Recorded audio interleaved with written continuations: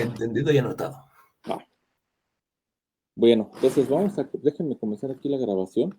Bueno, primero reitero mis disculpas, no me di cuenta que me había quedado sin internet hasta que me vine a conectar y que ni mensajes entraron ni cómo avisarles hasta que fui, pues ya regresé más tarde de lo que hubiera querido. Pero bueno, por lo menos, al menos sí vamos a alcanzar a ver lo que nos toca ver. Ya se está grabando la sesión, de lo que empiezan a conectarse sus compañeros, vamos a comenzar. Entonces, les decía que revisamos la sesión pasada, la introducción a la AMD, bueno, y nos dimos cuenta que era necesario y deseable descomponer la señal en sus componentes básicos, en los componentes que más importan. Entonces, una de estas técnicas que hace estas herramientas que estamos estudiando es la AMD. La AMD fue propuesta en el año 1998, no está tan vieja relativamente, y bueno, la técnica es una herramienta adaptiva, ¿sí? ¿Por qué es adaptiva? En primera instancia, pues como se van a dar cuenta, sí toma o sí emplea características de la señal que son únicas a la señal. Básicamente, voy a hacer un poquito de adelanto, trabaja con los máximos y con los mínimos. Entonces, bueno, por eso se dice que es adaptiva. Adicionalmente, como la naturaleza de la técnica lo hace ser lo suficientemente flexible, la técnica puede analizar señales transitorias, no estacionarias y no lineales. ¿Sí? Vamos a empezar a hacer experimentos la semana que entre con ella. Y asimismo, entonces, como estamos diciendo que es adaptiva, también podemos decir o concluir por ende que la señal se descompone a sí misma de acuerdo a las frecuencias contenidas que están en ella. Ahorita vamos bueno, si alcanzamos hoy, si no, el lunes vemos qué nos estamos refiriendo con esto. Y bueno, en general, el núcleo de la transformada Hilbert-Swank es la descomposición empírica de modos, que es el método de descomposición, quizá les va a sonar ahí redundante, y es lo que vamos a revisar, ahorita lo que nos toca revisar. Y finalmente, bueno, nada más para tener claro qué es lo que estamos hablando, nosotros tenemos, como para explicarlo en un diagrama bloques muy rápido, en el inciso A de la figura tenemos a una señal. ¿Se fijan? ¿Qué pueden describir de la señal? ¿Qué pueden ver? ¿O cómo la pueden, si yo les preguntara qué es lo que observan, qué podrían decir? ¿O cómo se observa sobre todo el trazo geométrico de la señal? ¿Qué observan?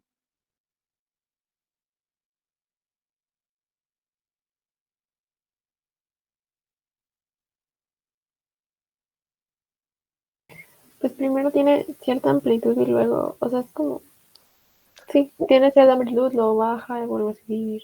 Sí, así es. Es una señal, todavía sigue siendo estacionaria, pero más bien les voy a hacer aquí la trampilla que quería que quiero que observen, por favor, esta parte.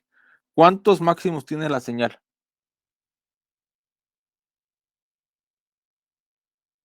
O aquí, ¿cuántos mínimos o cuántas veces cae un valor mínimo? 2. Exactamente. Es una señal que tiene dos componentes. Entonces, la intención de la AMD es separar la señal en sus dos componentes, que es lo que están viendo en la figura B. Primera, de más frecuencia. ¿Por qué digo más frecuencia? Porque tiene mayor cantidad de máximos. Y la componente de baja frecuencia. Y al final, pero esa parte para nosotros ahorita no la estamos ocupando, se aplica la transformada Hilbert. La transformada Hilbert es una herramienta que utiliza, entre otras cosas, números complejos para encontrar la fase de una señal y a partir de la fase, derivando, podemos obtener la frecuencia instantánea, o sea, no la frecuencia punto a punto, pero la frecuencia durante una ventanita de análisis. Y eso, bueno, para biomédica no es tan importante porque, no sé si afortunado o desafortunadamente, la información no viene contenida en la frecuencia, pero lo que sí, para otras áreas de la ingeniería, por ejemplo, ingeniería eléctrica, sí sirve tener la frecuencia instantánea, perdón, porque, bueno, voy a hacer aquí un apunte. Por ejemplo, Comisión Federal, cuando se mueve la frecuencia, mejor dicho, Cuando ustedes tienen una empresa y se conectan a la energía eléctrica que vende Comisión Federal, si por alguna razón algo de sus equipos o alguno de sus procesos inyecta transitorios o armónicos o contamina, quiero decir ya para dejarlo en un término más general, la línea eléctrica, se mueve la frecuencia y eso los multa Comisión Federal. Entonces, el tener una estimación instantánea les va a permitir darse cuenta y corregir a tiempo o meter un compensador de frecuencia para que Comisión no los multe. En esa parte es donde se emplearía la transformada Hilbert. O bueno, para comentarles ahorita directamente, habrá sido hace unos 3 años, sí, más o menos. Alguien de sus compañeros, el ingeniero ahorita, Salvador Vázquez Aguilera, a él se le ocurrió diseñar un dispositivo que controlara el tremor parkinsoniano. Sí, ustedes quizás se van a dar cuenta más adelante o les llame la atención y lo investigan. El tremor parkinsoniano tiene unas frecuencias que son bajas relativamente, están más o menos entre los, si no mal recuerdo, 2 Hz y 7 y 10 Hz. Entonces, él propuso una metodología para estar detectando el grado del temblor y en su momento inyectar una señal contraria de tal manera que que esta señal tuviera una frecuencia que se adaptara a la que se está midiendo por el tremor. Entonces, bueno, esta sería una aplicación directa de la transformada del algoritmo de Hilbert, y de hecho él lo ocupó, pero de ahí en más, sinceramente, no he visto no he visto una aplicación que se le dé en el campo biomédico. Igual si les interesa conocer algo más, con gusto les paso el archivo el lunes para que lo puedan conocer. Pero bueno, esto en esencia, ya terminando el comercial y regresando a lo que me interesa, esto en esencia es lo que consiste la transformada Hilbert, Juan. Como les decía, el núcleo de la transformada es la AMD, y para esto vamos a hablar ahorita directamente de esta técnica. Entonces, ahorita les pregunto si les comento si hay alguna duda, alguna pregunta. Entonces, bueno, para poderle explicar ahorita de una manera más rápida y eficiente, nosotros vamos a considerar que tenemos 2 señales que están descritas en la parte de la parte izquierda de la pantalla. Señal 1, Signal 1 y Signal 2. Antes de comenzar, ¿qué características observan que tiene esa señal? Y por características me refiero a ¿qué observan del trazo geométrico? ¿Cómo va cambiando? ¿Va cambia, no cambia? ¿Qué observan?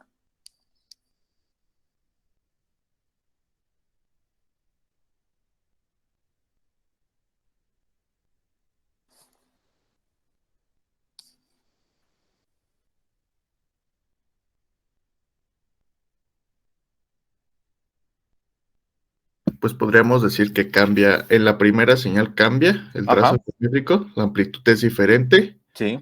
Y por ejemplo en la 2 podríamos decir que que existen 2 frecuencias en la misma señal.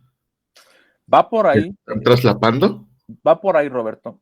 Más bien, si hubieran hecho, bueno, si son observadores y tramposillos, aquí, bueno, no lo mencioné, pero me hubieran podido preguntar qué significaba esta línea.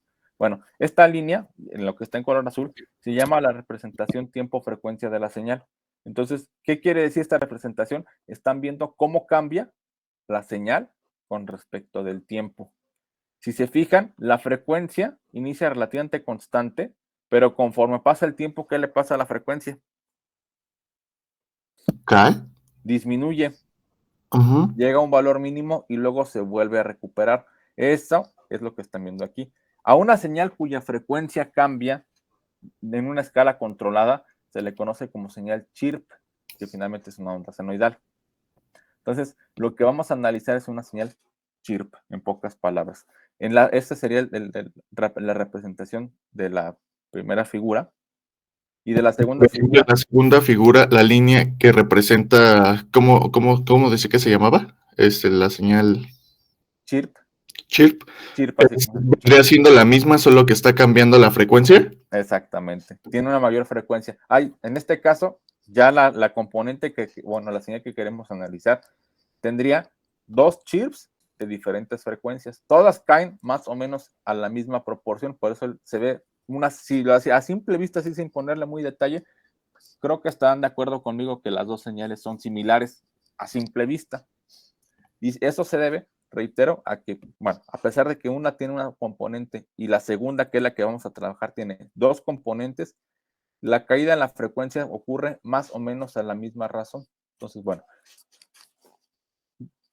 quitando esa parte técnica que ahorita les mencionaba, a lo que quiero llegar con esto es que la técnica es capaz de descomponer, y por eso lo vamos a probar, señales que tienen propiedades no estacionarias. En este caso, cuando a una señal le cambia la frecuencia, en ese momento ya se considera, como decía hace un momentito Iris, una señal no estacionaria o con transitorios, según sea la duración del cambio de frecuencia. Entonces, bueno, vamos a ponerlo en cuenta.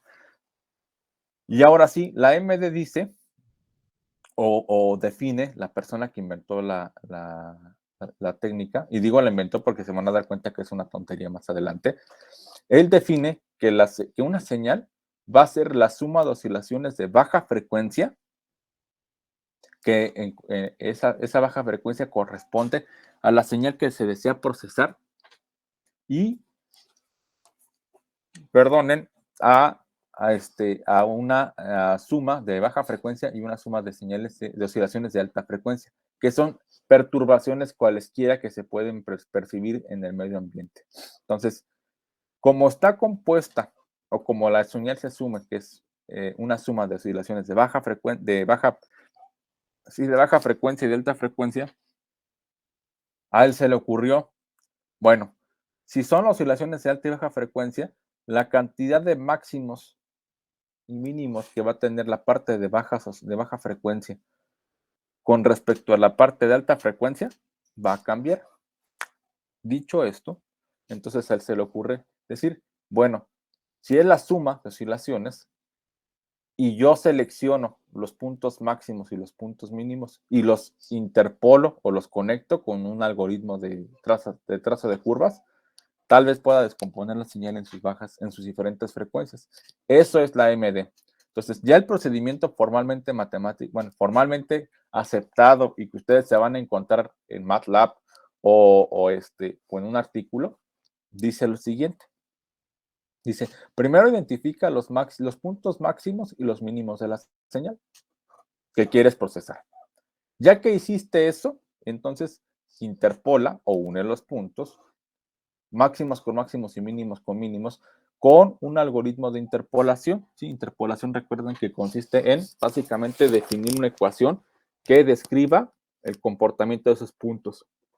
Usualmente el algoritmo que nosotros empleamos se conoce o es el de las splines cúbicas. ¿Por qué? Porque es el algoritmo que permite obtener las curvas más suaves. Y por esa razón, y como estamos asumiendo que la señal está compuesta de oscilaciones de baja frecuencia, es de esperarse que sean suaves los trazos, ¿sí? Entonces, ya que tengo las dos envolventes, la de la parte superior y la de la parte inferior, voy a obtener la media de esas dos envolventes, es decir, las voy a sumar y las voy a restar. Perdón, las voy a sumar y las voy a dividir entre dos. Entonces, ya que saqué la media, ese resultado, lo que tenga, se lo voy a restar a mi señal original, a la que obtuve a la que tengo en el punto número 1. Y el resultado, o a la señal que me queda de restar la señal original menos la media de las envolventes, voy a contarle cuántos máximos y cuántos mínimos hay. ¿Sí? Si la cantidad de máximos y la cantidad de mínimos es exactamente la misma o difiere únicamente en una unidad, entonces voy a decir que ese residuo constituye una componente de la señal. Para la MD, la componente de la señal se denomina, función de modo intrínseco, IMF en inglés o FMI en español. Yo le voy a decir IMF, es más práctico, pero se los presento de las dos maneras. Y si eso sucede, si encontré la componente, bueno, la guardo y la dejo congelada por un momento. Si no son iguales, es decir, que la cantidad de máximos y mínimos sigue siendo diferente, sustancialmente diferente, entonces voy a tomar ahora como la señal que quiero procesar, la señal resta, ¿sí? De la que me dio de restarle la media, y me voy al punto número 1, ¿sí? Y así continúo hasta que termino hasta que llego al punto número 2, o sea, es decir, hasta que obtengo la componente, la IMF. Entonces, cuando obtengo la IMF, entonces ahora sí directamente esa componente se la resto a la señal que estoy procesando original, bueno, la señal que estoy procesando, y voy a continuar haciendo este proceso de iteración hasta que el residuo, es decir, la señal resta, sea o una línea recta, es decir, sea cero, o bien sea una señal que tiene una componente, una tendencia única, o crece o decrece. En ese momento, el algoritmo termina de iterar y obtuvo todas las componentes de la señal. Para dar un ejemplo directamente, voy a abrir esta presentación, ¿sí? Es de uno de los coautores del señor que inventó la AMD, se llama Patrick Flandrin, él estudia en Francia. Ahí déjenme acordar cómo se pone la pantalla completa. Aquí está. Entonces, bueno, aquí de hecho saqué varios de los conceptos.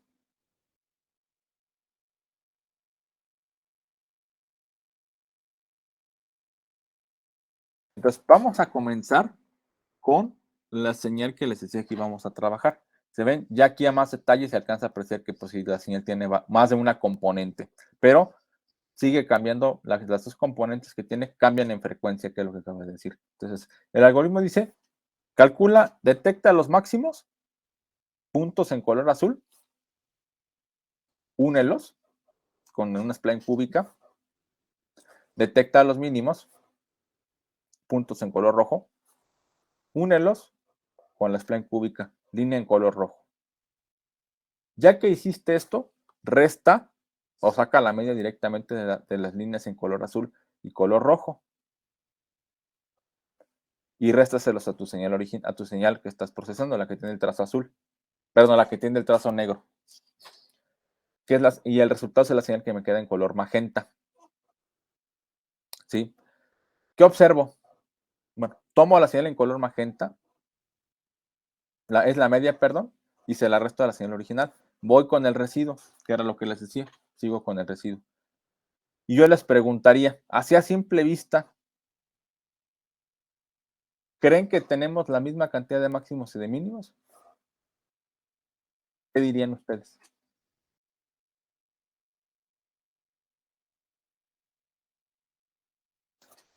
Yo aquí les diría que esto ya no es un máximo y esto no es un máximo. Y podría constituir un mínimo, sobre todo por este. Y de igual manera aquí. A lo que quiero llegar con esto es que ya todavía no, bueno, sigo sin tener una cantidad igual de máximos y de mínimos. Por lo tanto, tengo que seguir iterando, pero sobre lo que me quedó. Lo paso, checo máximos, interpolo, checo mínimos, interpolo. Hago el procedimiento descrito y me queda ese residuo.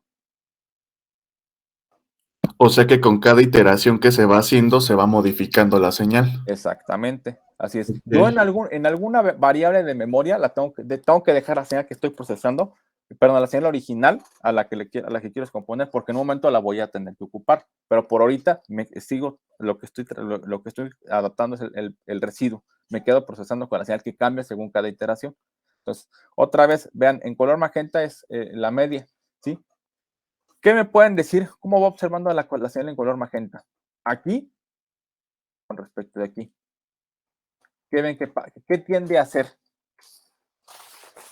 ¿O qué cambio hubo de una iteración a otra iteración? Reitero, estoy hablando de la señal en color magenta o rosa fuerte, como le quieran llamar. Sí, cambia la amplitud y empieza a tender a ser simétrica. Bueno, obviamente el residuo todavía no va a constituir, o hacer esa resta no va a constituir la IMF.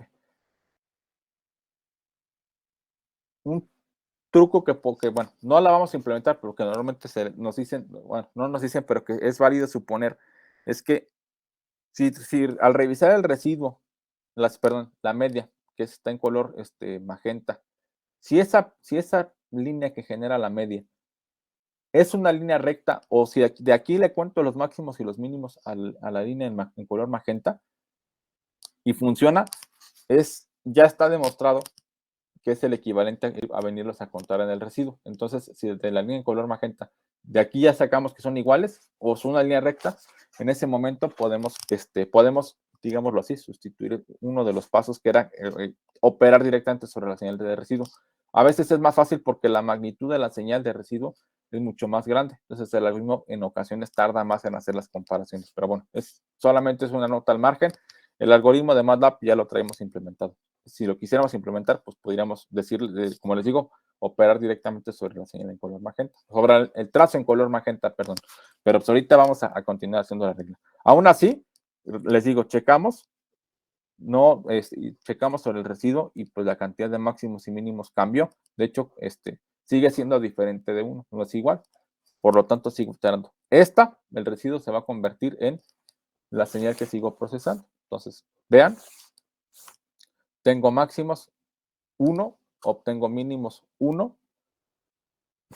¿Qué le pasó a la señal residuo? A la señal en color magenta, a la media de las envolventes. ¿Qué tiende a hacerse? Una línea. Exactamente. Si sigo iterando, ¿qué fue lo que me pasó al final? ¿Qué obtuve al final? Una línea recta sobre el 0 directamente. Como yo ya cumplí con el criterio de paro, que el residuo tenga la misma cantidad de máximos y mínimos, en ese momento dije, ya he obtenido la primera componente de la señal. Si sigo haciendo este proceso, lo que voy a hacer es que a este residuo se lo voy a restar a la señal original a la que estaba procesando. A esta. Y sobre de lo que quede de la resta de la IMF1 menos la señal estaba descomponiendo, pues voy a empezar a sacar todas las demás componentes. Se fijan, aquí ya salió la segunda componente ya con 2 iteraciones, porque les digo, la media, que es la señal en color magenta, ya quedó una línea recta. Y si lo sigo haciendo, bueno, voy a obtener así. Al final, ¿qué obtuve? Mi señal que quiero descomponer está en azul, obtuve sus 2 componentes, y al final, como el algoritmo cuando une ya sea las interpolaciones, no tenemos la función exacta que describió esa curva, pues empieza a perder un tantitito de información, que es lo que están viendo aquí. Y por eso, bueno, esta es una de las desventajas que tenemos de ocupar este algoritmo. Se fijan, es un algoritmo bastante simple y bastante sencillo, pero que es muy efectivo para descomponer señales. Por eso les digo que a cualquiera se le hubiera podido ocurrir proponer, simplemente porque nos tocó nacer en el tiempo equivocado, si se me permite la expresión así. Bueno, dudas, preguntas, comentarios hasta ahorita, algo que no se haya entendido. No, profe, creo que todo muy claro. Sí, Todo bien, profe. Bueno, entonces, adelante, Iris, por favor.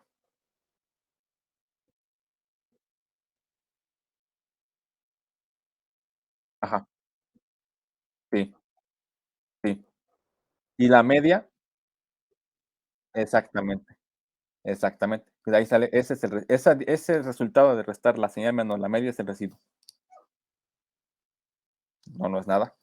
Entonces, como les digo, el método es bastante claro y bastante sencillo. Por eso les dije que se iban o les podría dar risa porque pues, a cualquiera se le hubiera ocurrido.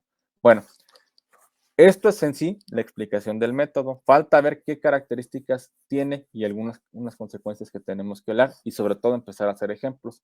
Pero eso nos toca revisarlo el día lunes. Por hoy, reitero mis disculpas, no vuelve a suceder, ya voy a estar más al pendiente y nos vemos el lunes a las 8 de la mañana. ¿De acuerdo? Sí, De profe. acuerdo, doctor. No sé, Muchísimas De gracias. acuerdo, doctor, otra gracias. pregunta. Gracias. Sí, adelante, dime. Entonces nosotros dejamos de hacer iteraciones hasta en el dado caso que el residuo llegue con una amplitud de 0. No necesariamente va a ser 0, porque si tú te acuerdas de la presentación donde tenemos la línea al final, la que mostraba la tendencia que subía. Déjame abrirlo aquí rápido para no entretenerlos. Era esta, sí, era esta. Ah, no, esta es la explicación del algoritmo.